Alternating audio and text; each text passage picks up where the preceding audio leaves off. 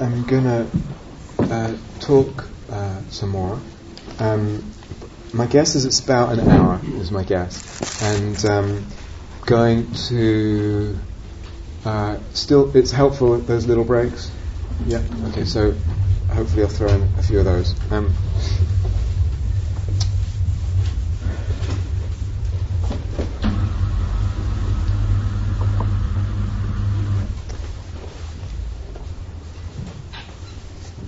So one of the, or a couple of the central pieces we were saying this morning were that where there is meaningfulness for us in our life, or this word soulfulness, packed,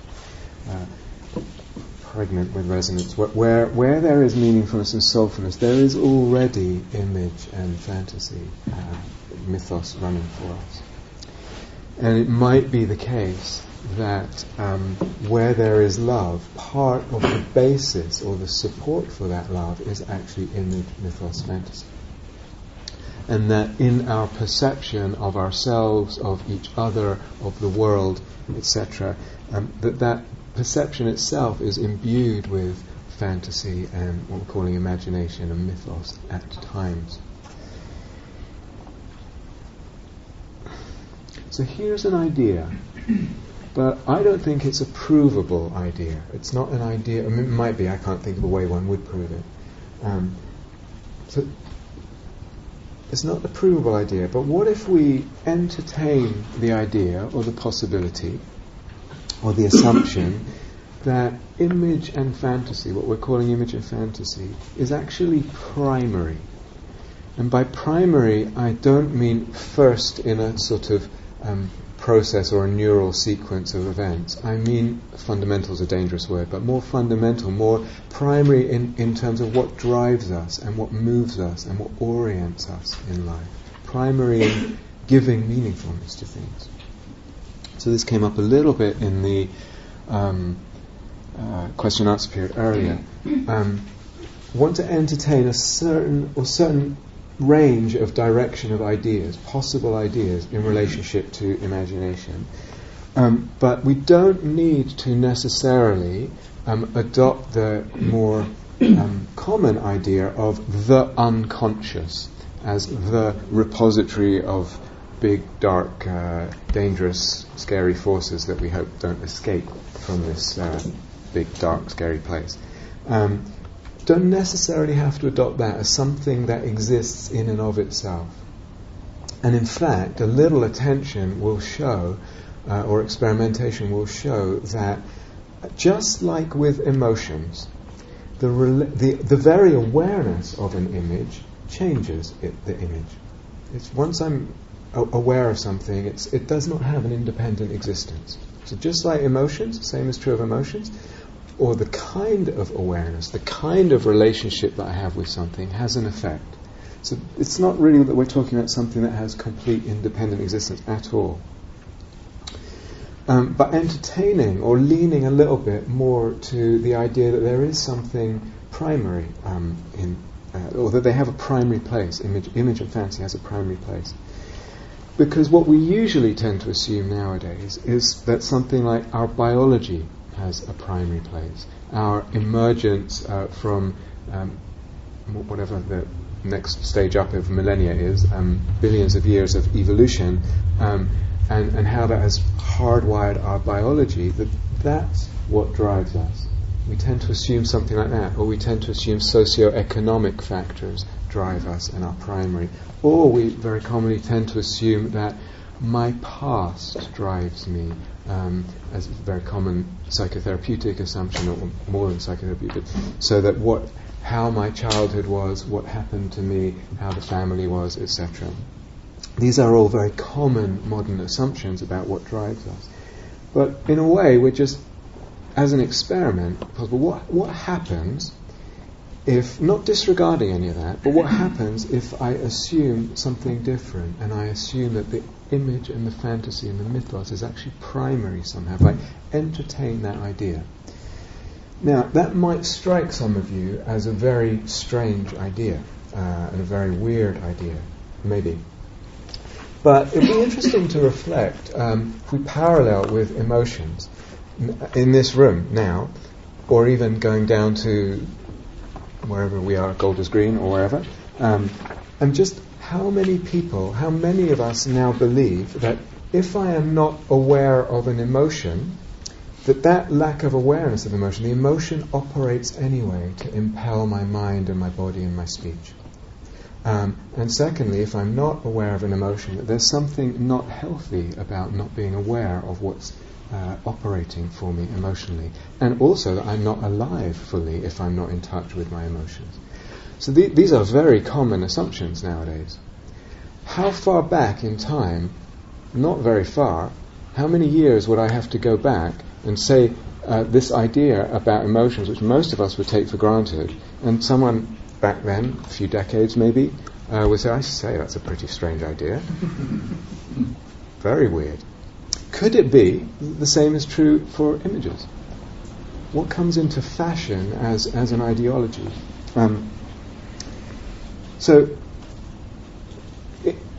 We can and do and should acknowledge that images that arise, etc., arise as a result and as an expression of my past and the emotions I'm feeling in the present. Images are a result, but we're also playing with something, the opposite, that my life, my emotions are driven by, or the playing out of, image, fantasy, mythos. Something else is what is it called primary. Whether that's conscious or unconscious. So like so many things in the inner world, the causality works both ways.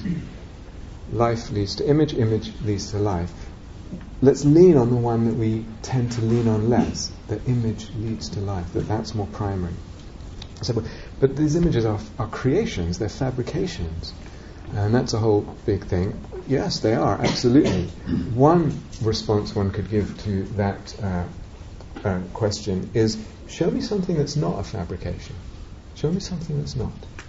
So we tend to assume this, again, back to metaphysics, this is real, that's not real. It's a bit more complicated than that. In the early Jewish mysticism, there's a strange idea that God is mystically dependent on humanity's liturgical praise, so that praise itself creates God. And later in the Zohar, like the Jewish Kabbalah, actually there's a line, it says, man can be said to create God. And this wasn't seen as a destruction of God, it was part of the mystical mystery of what God was, not a problem.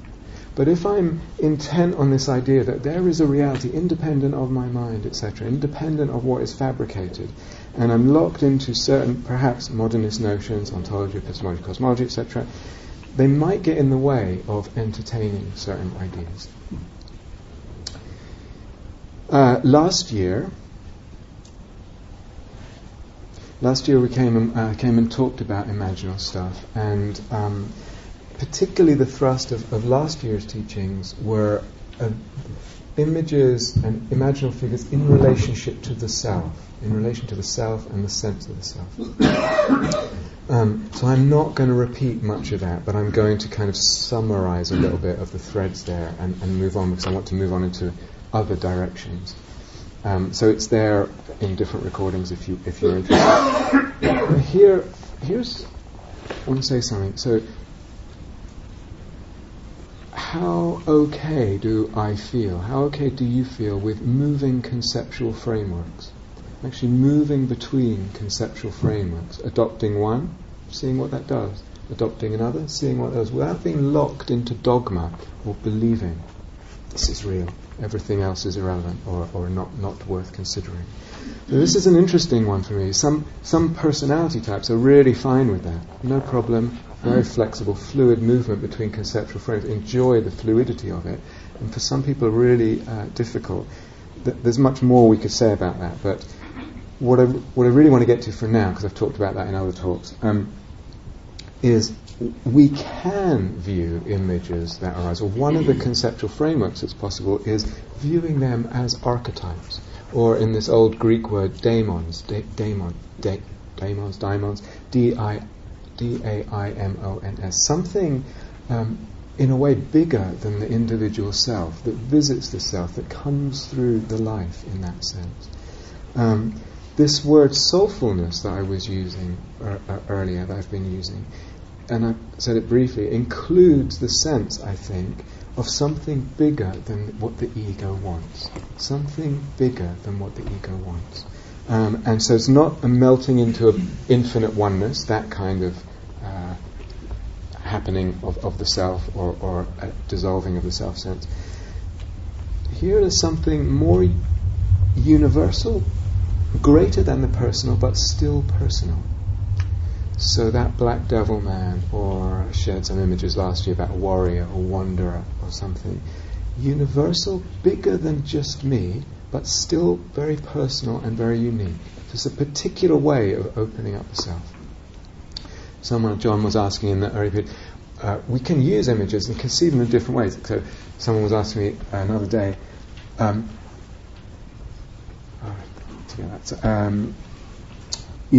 let's say a Christian. So when I feel bad, I can imagine Christ and He comforts me or something. Or if I'm feeling stressed out, I imagine a beach scene and a little drink thing with the umbrella and and I feel relaxed. Okay, and that's one way of using imagination. It's basically in the service of the ego. But as I said, in the range of conceptual frameworks, we can actually put it the other way around. That we may be in the service of something bigger, which may not always fit the ego's wants. It stretches something. So that also, as some of you may recognize this, the demand or the push of a demon or one of these figures is not the same thing as the inner critic, but it can look like it from the outside. So he works so hard, he drives himself, or whatever, or pushing yourself, or why are you such a perfectionist, she's such a perfectionist, or whatever it is. It looks like the inner critic. It's nothing to do with that sometimes. This person, it's not unkindness to oneself. It's not that the person is needing love and trying to get approval of others. It's not that they're trying to prove themselves. It's not that they don't think they're good enough. It's not any of that. Something else. The demand, the push of this other, if you like, imaginal being. And that can come through the personality. So again, this is so interesting because we tend to think of personality in quite a small range of ways. So my personality is either genetically determined or dependent on my upbringing, family, childhood, culture, etc. Of course, okay, very good. The word personality is from the Latin persona, which is actually Latin for mask, and literally translated it means through sounding.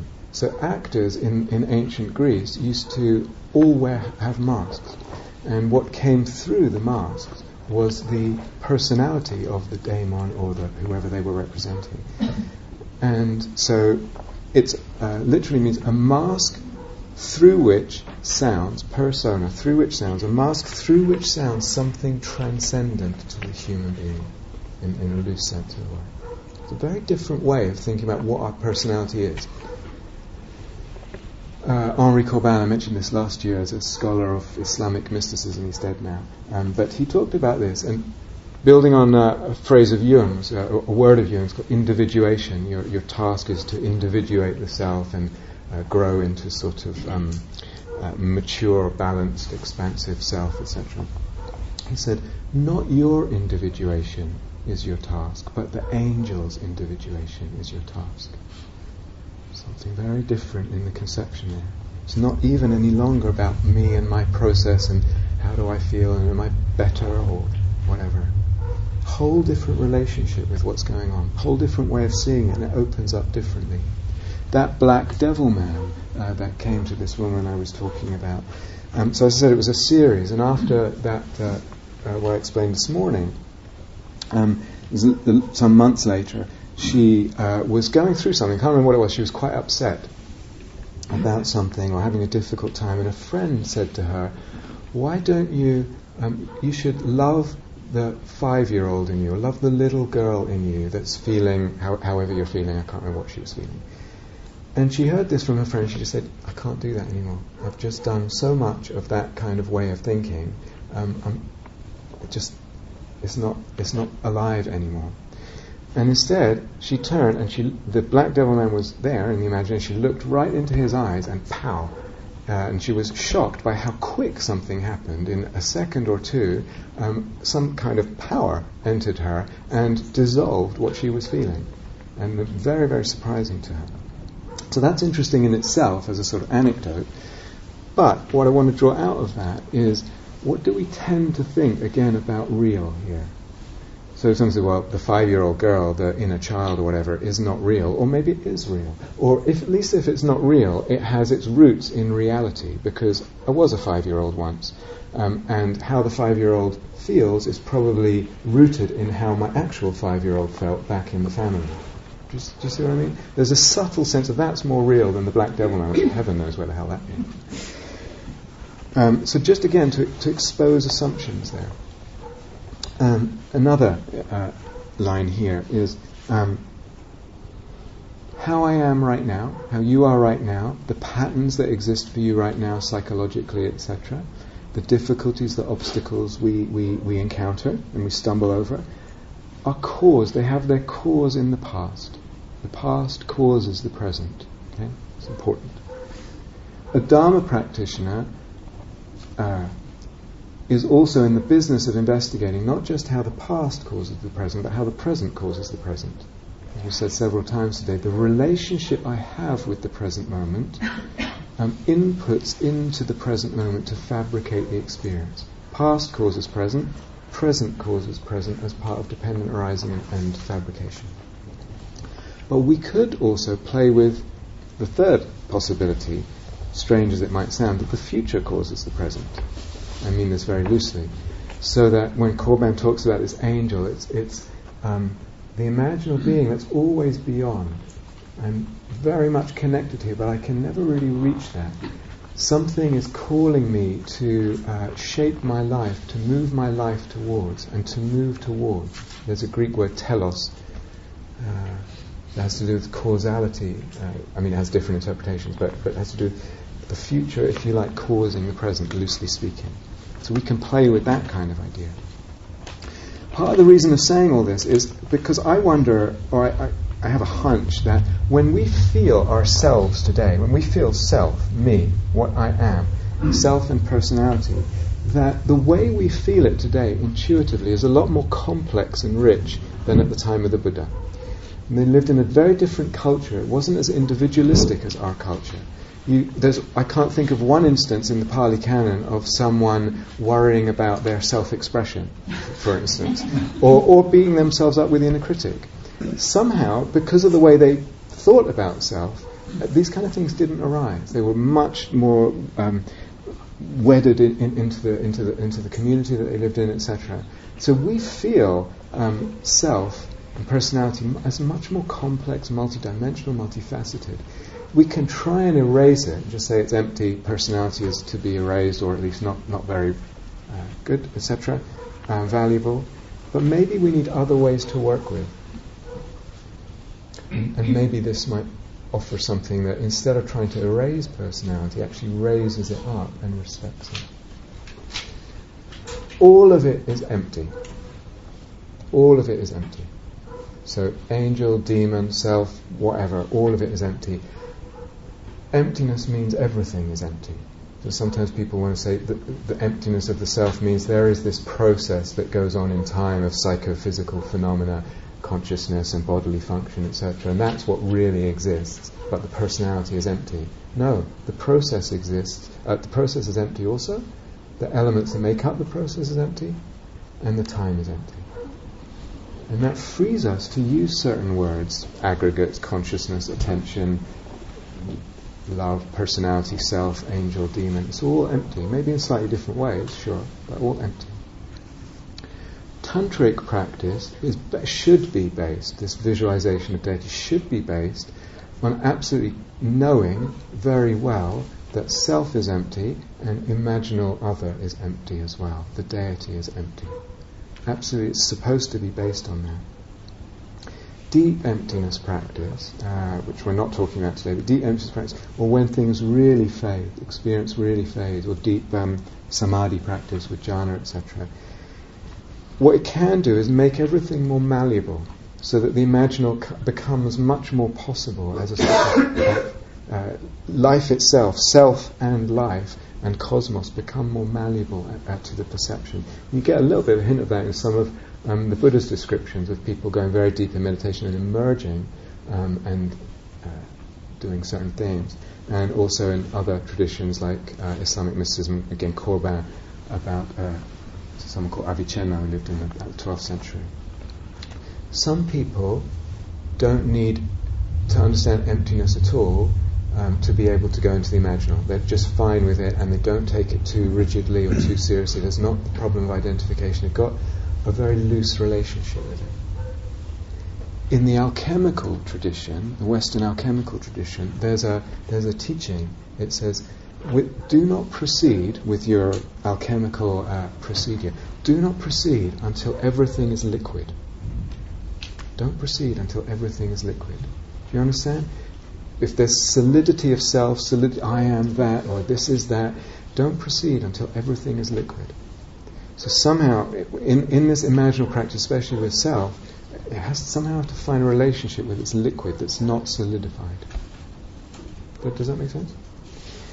Time for a little pause? Yeah? Okay, so why don't we just have a bit of silence?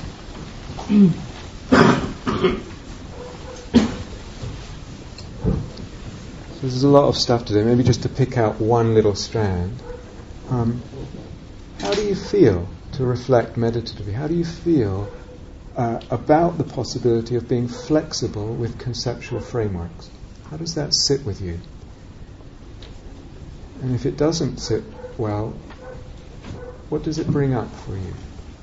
And if it does, what does it bring up? So just exploring this whole idea of the possibility of being flexible with conceptual frameworks.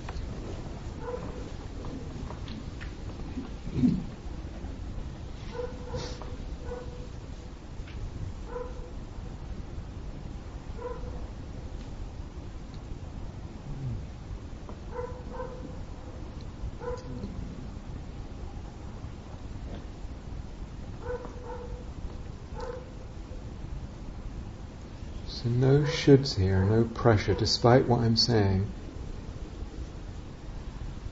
I'm just exploring, and there's no sense of anything should be this way or that. It's just about you and your relationship right now with certain ideas and respecting that.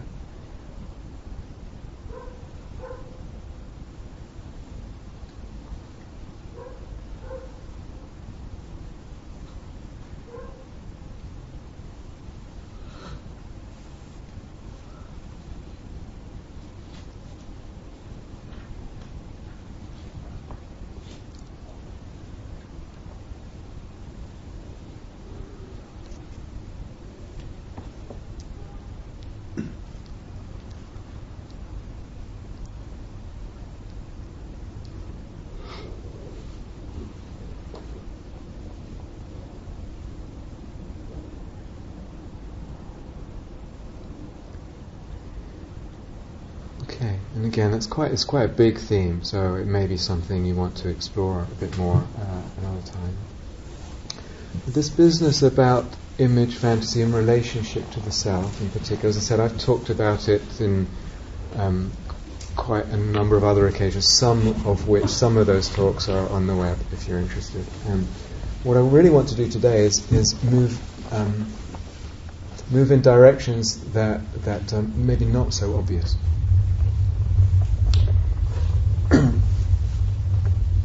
If we are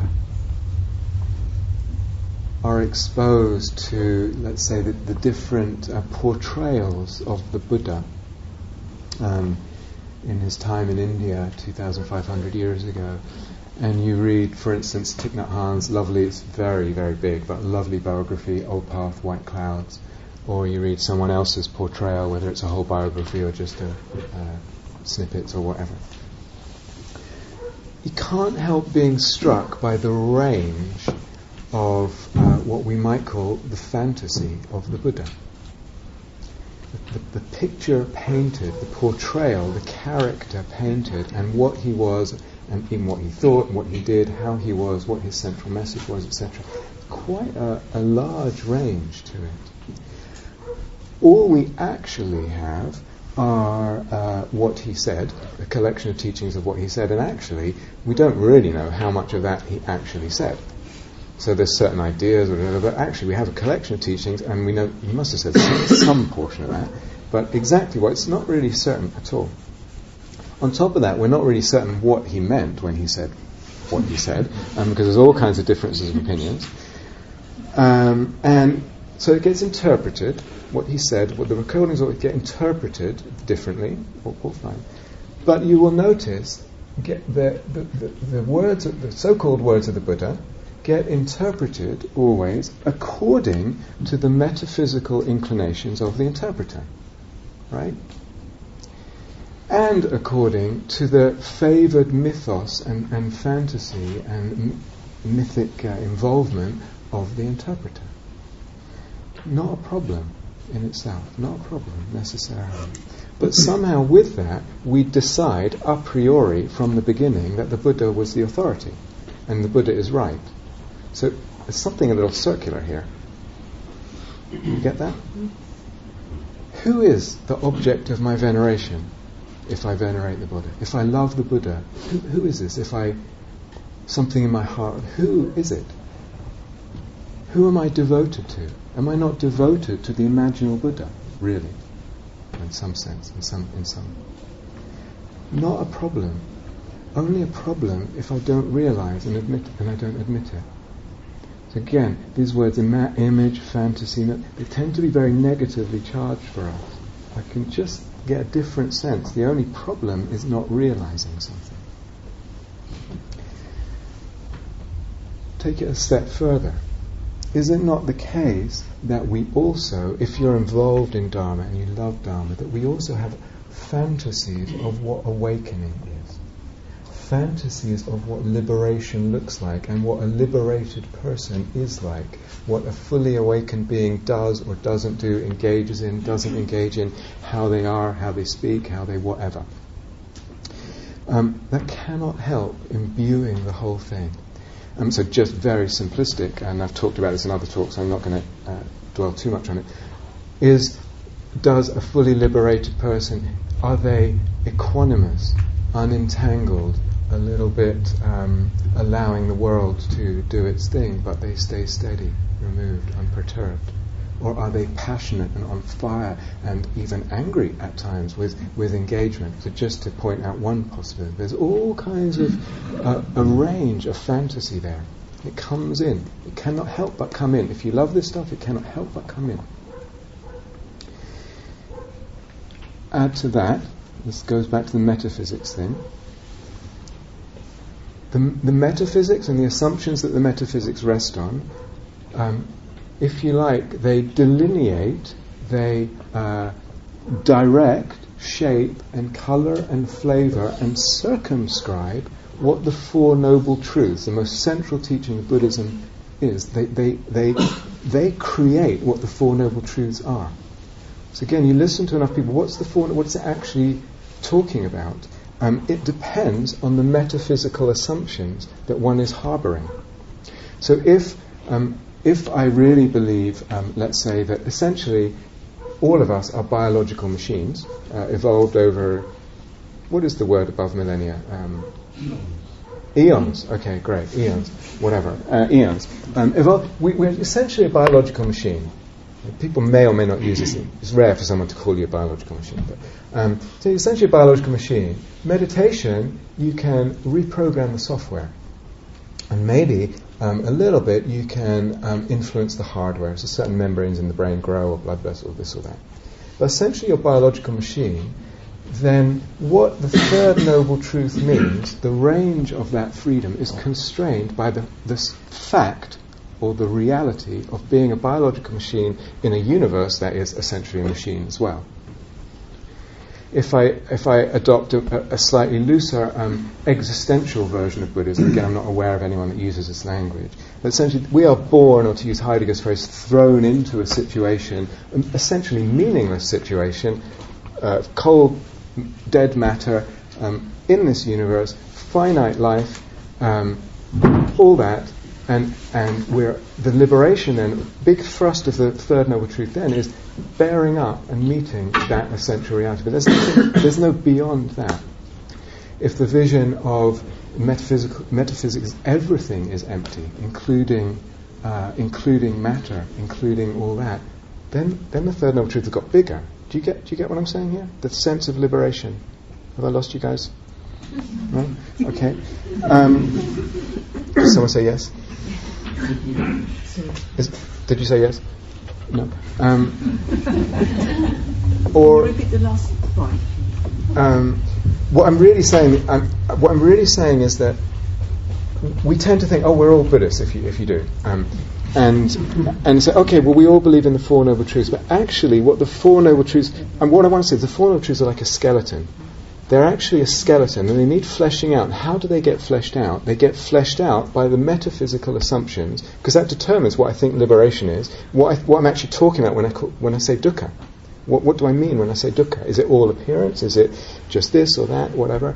And then that correspondingly affects the second truth, what causes it, dukkha, and the path to release it. If I'm ending rebirth, if that's the vision of the third noble truth, that's tied into a whole cosmology and a sense of metaphysics. So all these versions, all of them say this is the truth, or try to say this is the truth, or struggle to claim or prove this is the truth, or this is reality. Some of them don't even bother to do that because they just assume that it's true or real. Mostly that's the case if the metaphysics is just the one that's the common cultural one, the dominant modernism. And then I don't even bother to have to try and prove anything or work very hard because it's all just what we all take for granted. But again, there is the thrust of modern physics and the thrust of modern philosophy, and also you could say of some Dharma, that emptiness, seeing a more pervasive emptiness. I mean, one might ask, is it still Buddhism if we're just using the same labels? Is it all Buddhism, or that's a side question? Is it not the case, so some of you come to these things regularly, is it not the case when a teacher comes that the teacher is teaching and communicating verbally and non-verbally,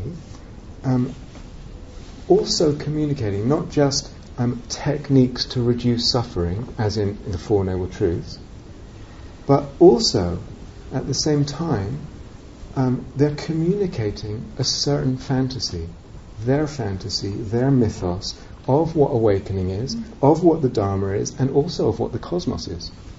And that gets communicated directly and indirectly. And you, or me as an individual, I resonate with certain mythoses. Is it mythoi? Whatever. And that's actually, as much as anything, what's attracting me.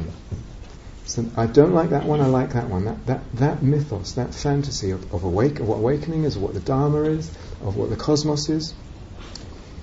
Not just the reduction, the technology of reducing suffering. And we all say, probably, in the Pali Canon it says this, or the Buddha said that. It's a way of shoring up one's own position, of course, and sort of garnering some authority. Fine, no problem. But in all of it, there is what I would call a religious fantasy. I might call it secular, people call me a secular Buddhist or whatever. I might call it secular, it's still a religious fantasy. What I mean by that is what's characteristic of a religious fantasy or mythos is that it looks backwards in time for the truth. The Buddha had the truth, he made the discovery, we're essentially replicating his discovery. Science doesn't do that. Science moves forward. And art does something very different. So there's a religious fantasy of looking backward that's wrapped up here, even if I'm secular. Please, fantasy, not bad, not wrong. Inevitable, I would say beautiful. It's only not admitting it or not realizing it that's a problem.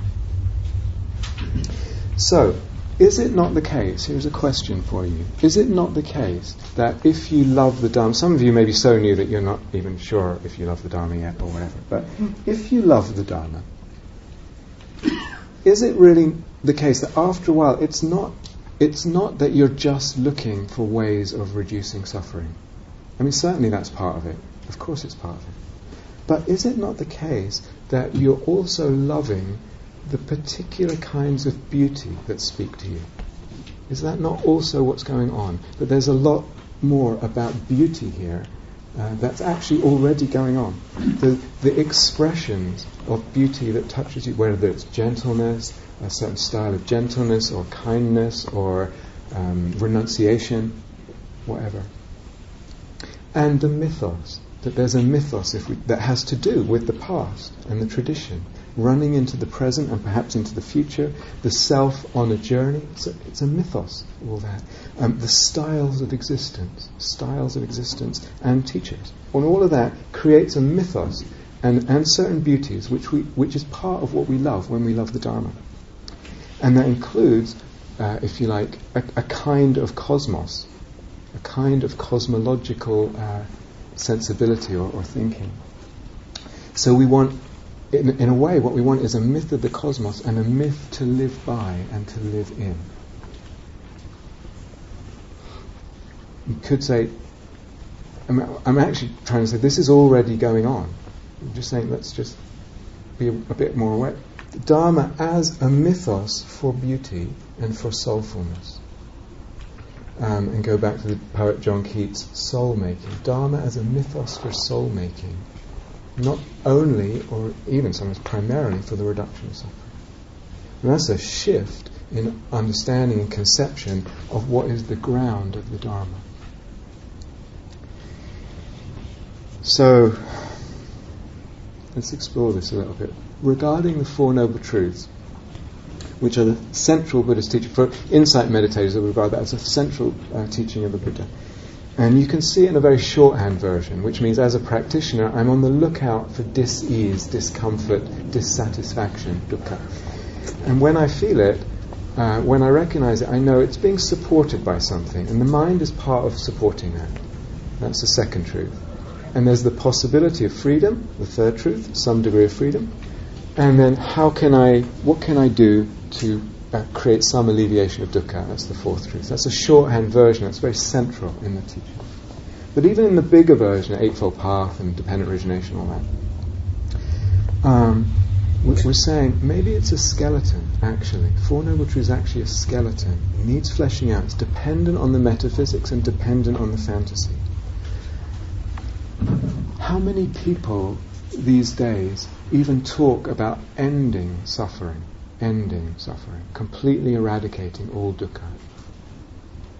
Certainly in these circles. Very, very rare. How many practitioners are really interested in completely eradicating suffering? I would say very few, and that's the norm. And someone told me just the other day, it's actually not what I'm really interested in. It's okay. What happens when we're okay enough? So through practice and all the technologies, that's not nice, with the techniques and the practices and the perspectives that are available to us through practice, you can get to a point, and absolutely, through practice, you're just okay enough. You feel okay. So people tell me this all the time. I reached a place where I'm really okay. All that crusted suffering in life is just mostly dissolved. You feel okay enough, and then what? Then why practice? What is it that's drawing a person to still practice after that? And this is what I want to say. Isn't it already the case that the fantasy, the mythos of beauty, of soulfulness, the fantasy of Dharma, the fantasy of what liberation is, and the fantasy of the self and the cosmos are already part of what's galvanizing your practice? Do you see what I'm getting at? Maybe it's the case that as human beings we want and need enchantment as much as we want and need to reduce our suffering at times. There's something in us that wants to be enchanted. We want that equally. We want to be enchanted by a mythos of the cosmos, and a mythos to live by. Deep emptiness practice allows, and this isn't a talk about it, but allows more choice. It's like you can, as I said, there's a malleability to what kind of cosmos one perceives and what kind of self. There's actually this is a bit of an aside, but there's actually another way of seeing the Four Noble Truths. The tendency of Four Noble Truths, heard about it, craving, clinging is the cause of suffering, the second noble truth. And then people are trying to live a life of non-clinging. Trying to live a life of non-clinging. How's it going? It doesn't work, does it? Not only does it not work, it doesn't fit, and there is another possibility, which is using the Four Noble Truths as actually a kind of framework for investigating perception. Actually seeing where is there clinging right now, and how does that affect perception. More clinging, I perceive self and the world in a certain way. Less clinging, less and less and less and less, and learning how to play with all that. And what does it tell me about my perception of self and the world and the cosmos? I understand it's dependent on clinging. We're not going to get into this, but I'm understanding something about perception tells me of the emptiness of everything. And that opens up possibilities. That's a different way of seeing what the Four Noble Truths are, as opposed to trying to live a life of non-clinging. There is still metaphysics involved in that route. There's still metaphysical assumptions. Can't get away from some assumptions. So maybe at times ending suffering is not really what it's about. And even reducing suffering, reducing dukkha, for us is not really primary. But the mythos, the fantasy of the cosmos, of the self, of the Dharma is what's primary. So even what I was calling the existentialist version of the Dharma, I would say there's actually an enchantment there for whoever has that picture of the Dharma. When it's actually enchanted by the, if you like, the task or the journey of the self to bear up and to face the reality of the existential limitations, the finiteness, the meaninglessness, the etc. One is enchanted by, albeit a fairly grim and basic-looking cosmos and self and Dharma.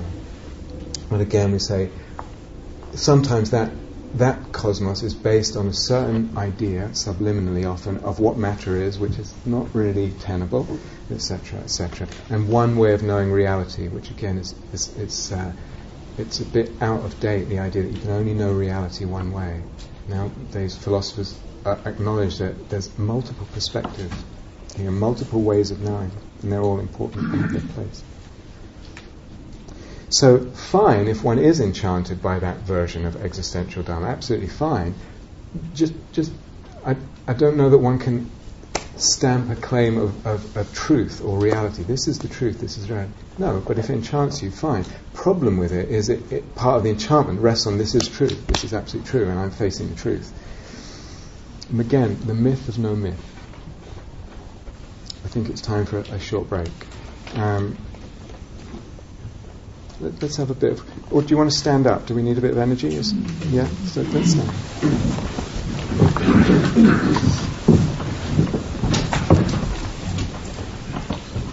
Yeah, and just let your body stretch, but bring the mindfulness to the stretching or the moving or whatever you need to do.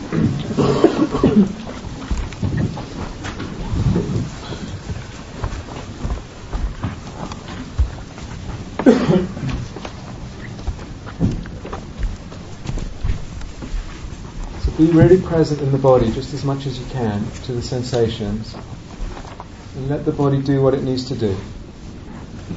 And move how it needs to move.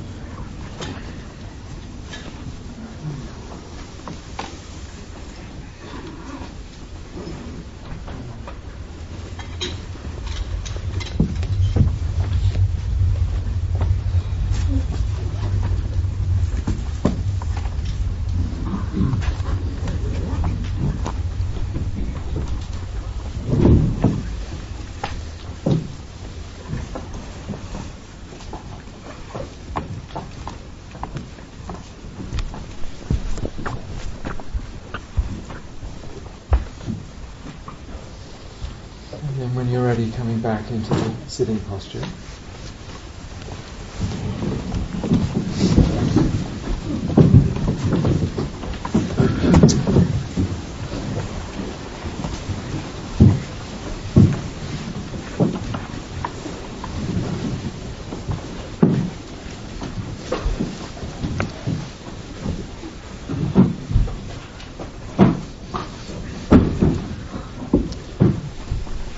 So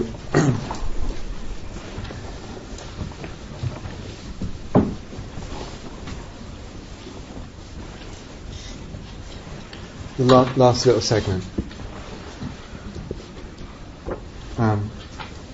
So regarding imaginal work or imaginal practice and the reduction of suffering, this is quite interesting. And again, we said there's so many possible conceptual frameworks we can have of images and what they are and what their reality is and what their relationship with self is.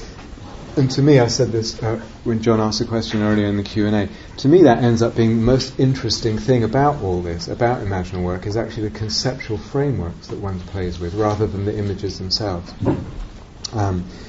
But choosing that perhaps more far out conceptual framework, the idea that, or adopting a kind of work with images at times at least, that includes the view of them having a kind of archetypal or bigger than the self, bigger than this small psyche significance of daemons, if you like, that they are more primary, or image as epiphany. Epiphany means the appearance of a god, any divine numinousness. Image as epiphany, or to quote Samuel Taylor Coleridge, the poet and the philosopher, the essential mark of the image, he uses the word symbol, sometimes people use those words. So the essential mark of the image is the reflection of the eternal in and through the temporal.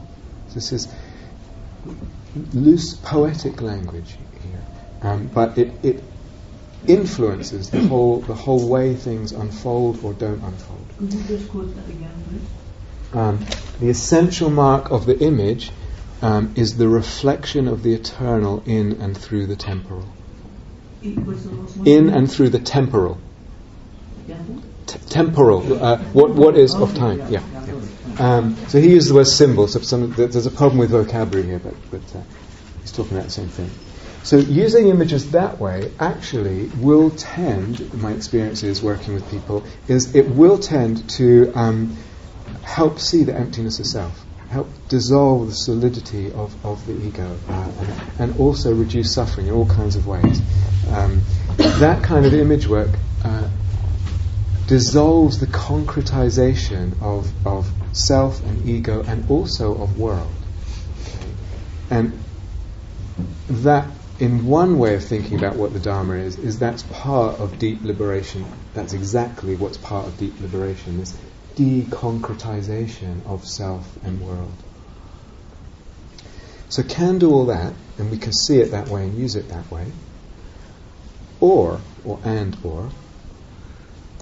we can use it with another objective, not to end suffering. It's not in the service of ending suffering, not even thinking of that. Not having a goal in regards to the images that come, of trying to balance them. I balance the virgin with the mother, and the warrior with the monk or whatever, and the child with the sage, old sage figure or whatever. I have this balance, and this subordinated to the self, to the ego, and integrated, which actually ends up a lot of the time meaning subordinated to some chief executive officer here of the self, and not using them in a sense of a narrative of this moving towards some happy ending necessarily, and engineering the images to go towards some happy ending of what the ego thinks is a nice thing. But rather, the objective being, again to quote John Keats, soul-making, soulfulness making. It's a different way of relating to the whole thing that we're doing. Why? Or why do we need images to do that? Well, because partly they may be what I'm calling primary and fundamental, but also because they hold so much. Go back to what I said at the beginning of the day. There's something about the image that constellates in a very powerful, condensed way so much, and so much that unfolds beauty, or presents beauty, opens beauty, and fulfillment, which is a different thing than ending suffering. How many people are parents? Has parenting reduced your suffering?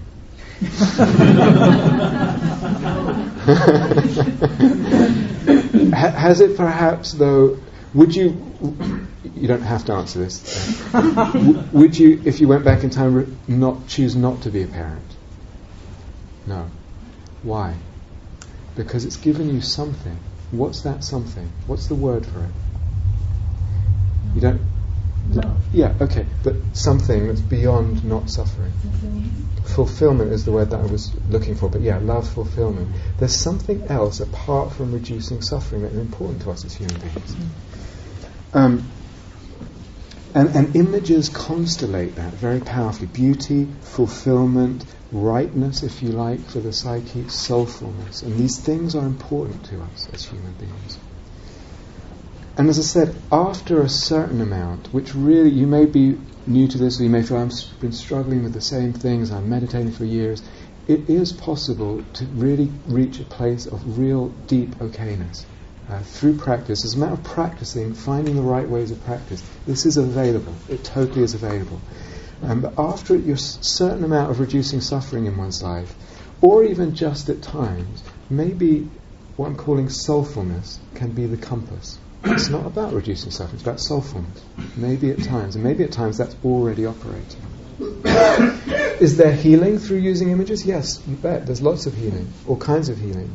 And sometimes working with an image, and some people in here know this already, the image, through repetition, through emotional contact with it, and meditative sort of work with it in the cauldron of meditation, it's like producing a tincture. This thing gets condensed and gets very powerful. So a little bit of it, like the Black Devil woman, she just saw it for a couple of seconds and oof, something went, like a powerful tincture. So definitely possible, but who is healed? What is healed?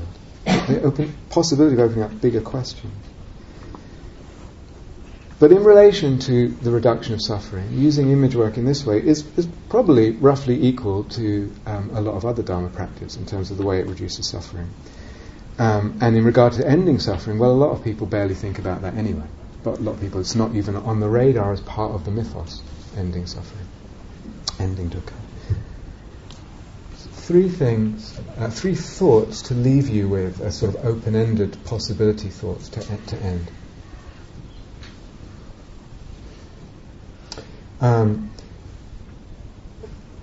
Just to say before, so Dharma as mythos, Dharma as fantasy, if you like, or as fantasies, or mythoi, plural, possibilities. What a strange way of looking at it, perhaps. And maybe sounds catastrophically disappointing, maybe, I don't know, from a certain perspective. It probably will sound catastrophically disappointing if I'm assuming a concrete real, then in relation to which fantasy is less than. If there is no longer this investment in a belief in the concrete real, it opens up fantasy as something equal and available and valuable. There's also a whole, but that gives a different ground, a very different ground, grounding the Dharma in imagination, in a very different ground, and opens up certain possibilities. There's a whole thing here that I really don't have time to get to today, but the whole fantasy of awakening that I touched on, and whether awakening is an arrival point or an open-ended thing, or what does it mean, and the plurality of that, we can't get to that. But three possibilities to leave you with before I stop. If, at least at times, the Dharma practice is not primarily for ending suffering, but rather for beauty, for enchantment, for enchanting the cosmos and the sense of existence. And if there's a certain leeway in regarding the mythos and the fantasy that's available to us of the self, of the Dharma, of the cosmos, etc., then Dharma and practice become a little bit more like writing poetry, or a little bit more, let's say, like art. Art. It's Dharma as art. And when we hear that, we tend to think, oh yes, the art of calming down, or the art of equanimity, or the art of samadhi, or the art of reducing suffering. But what if we just don't say the art of, and we just say art? The art of enchantment, partly. Art. Dharma as art. not what's art for. What is art for? And we could give a lot of answers and we wouldn't exhaust the possibilities of what art is for, and that's partly the whole point. When you say Dharma is art, it opens something up. That's one notion. The second, and this is something I've said before on several occasions, I might have said it last year, I think I did, I say it in different words. Is it the case then that Buddhism and the Dharma has actually, especially Theravadan Dharma, has actually constrained to one narrow and small range the image and fantasies of what awakening is and looks like, as I touched on earlier. So an awakened being is like this, they do this, they don't do that, they are like this, whatever. And in that, certain emotions get elevated, given more value, equanimity, non-erotic love, non-entanglement. These kind of things are elevated over, certainly their opposites, but also a lot of other stuff. And the other stuff is regarded at best with suspicion. Something happens to the whole navigation system there if we constrain the range of fantasy, of awakening. But is it possible that we can open it out and actually include other archetypes, if we use that language, broadening the images and the fantasies of what awakening is and looks like? Historically, there's reasons why the Vajrayana, the tantric practices that use a lot of imagination, they actually came 100 years later. We could actually look at a lot of things there. Some of it has to do with the understanding of emptiness evolving, but it might also be that it was a psychological necessity in the Dharma that people felt it too constrained, and so it needed the erotic imagery, it needed the imagery of the wrathful deity, it needed, do you understand? There wasn't room for it, and so it had to burst forth, it had to be incorporated somehow, could be. And if we broaden it, could we say that sometimes some of what we're broadening it to is not actually, may increase the suffering a little bit, may not be that comfortable, may not be peaceful and undisturbed? That's the second thought. Last thought,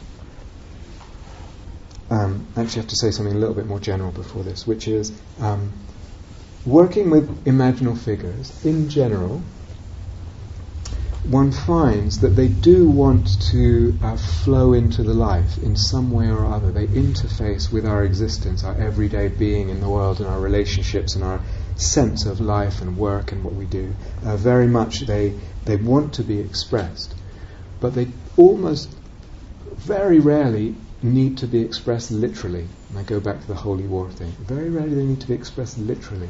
Sometimes the expression is really quite subtle. So I have a warrior.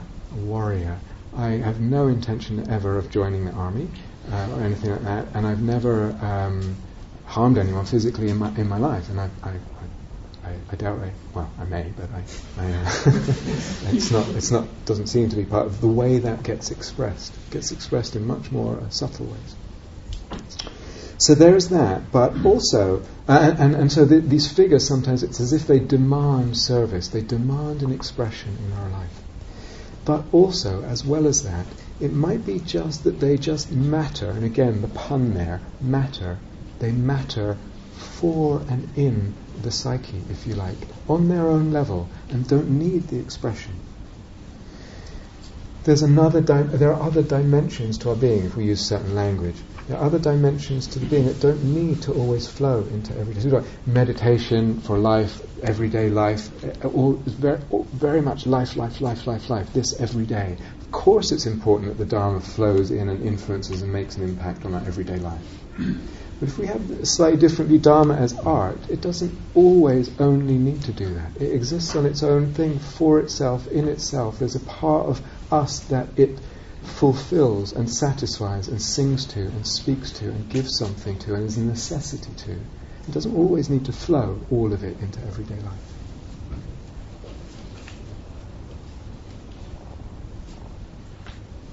So we have a couple of quiet minutes together.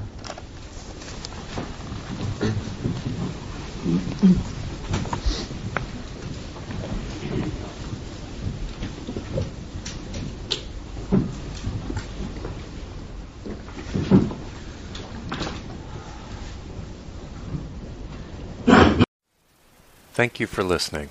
To learn how you can support the teaching,